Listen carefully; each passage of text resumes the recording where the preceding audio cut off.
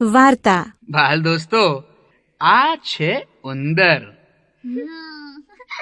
હવે કહો જોય, એને કેટલી પૂંછડી છે?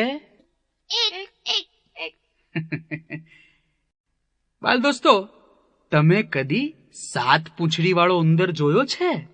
7 પૂંછડી? ના.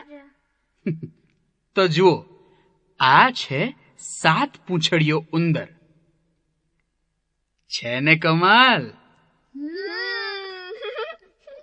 તો ચાલો આજે હું તમને આ 7 પૂંછડી વાળા જ ઉંદરની વાર્તા કહીશ.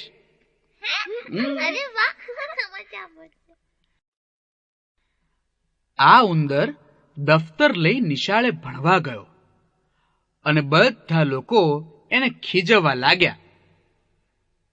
ઉંદર 7 પૂંછડીઓ, ઉંદર 7 પૂંછડીઓ. બિચારો ઉંદર રડતો રડતો ગયો એ ઘેર અને મમ્મીને જઈને વાત કરી. મમ્મીએ એને ગામના વાળંદભાઈ પાસે લઈ ગઈ અને વાળંદભાઈએ તેની એક પૂંછડી કાપી નાખી. એની સાથે જ ઉંદર તો ખુશ થઈ ગયો. બીજે દિવસે ફરી તે નિશાળે ગયો. બાળકો એને ફરી ચીડવવા લાગ્યા. ઉંદર 6 પૂંછડીઓ, ઉંદર 6 પૂંછડીઓ. ઉંદરભાઈ તો પાછા નિરાશ થઈ ગયા, પાછા ઘેર આવ્યા. મમ્મી સમજી ગઈ. ફરી બંને જણા વાળંદભાઈ પાસે ગયા અને ફરીથી બીજી એક પૂંછડી કપાવી નાખી. એ સાથે જ ઉંદરભાઈ તો પાછા ખુશ થઈ ગયા અને ફરી ઉપડ્યા નિશાળે. બાળકો તો ભાઈ ઉંદરભાઈને જોતા જ કે ઉંદર 5 પૂંછડીઓ, ઉંદર 5 પૂંછડીઓ. હવે તો હદ થઈ. ઉંદરભાઈ પાછા નિરાશ થયા. એ ફરી પાછા ઘર ભેગા થઈ ગયા. આમ એક પછી એક એમ કરતા કરતા ઉંદરભાઈની બધી જ પૂંછડીઓ કપાઈ ગઈ. પછી ઉંદરને એકેય પૂંછડી રહી જ નહીં. એ ફરી પાછા ભણવા ઉપડ્યા. નિશાળે જતાની સાથે જ ઉંદરને જોઈ સૌ કોઈ શું કે ખબર છે? શું કીધું બધાએ?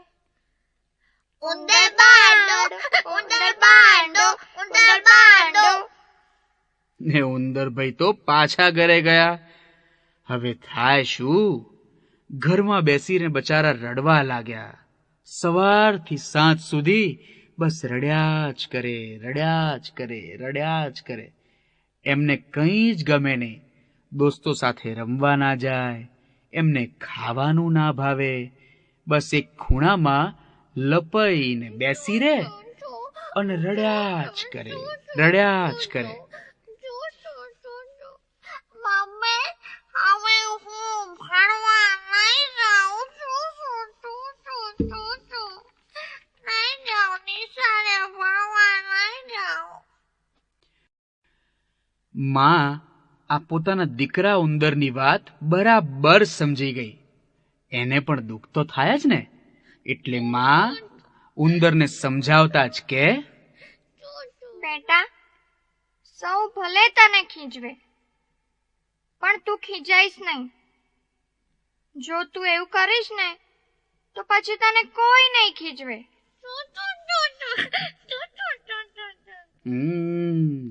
મમ્મીની વાત ઉંદરને બરોબર સમજાઈ ગઈ અને તે ફરી નિશાળે ગયો.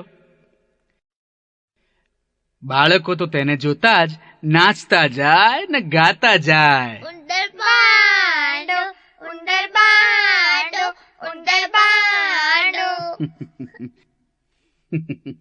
પણ ભાઈ ઉંદરભાઈ તો સહેજ પણ ખીજાયા નહીં અને તે પોતે પણ જોરથી હસવા લાગ્યા. ને પછી સૌની સાથે નાચતા જાય અને ગાતા જાય. હા ભાઈ, હું બાંડો, હું ઉંદર બાંડો. મને મજા પડી ભાઈ, મજા પડી. આ સાંભળતાની સાથે જ બાળકો તો નવાઈ પામ્યા.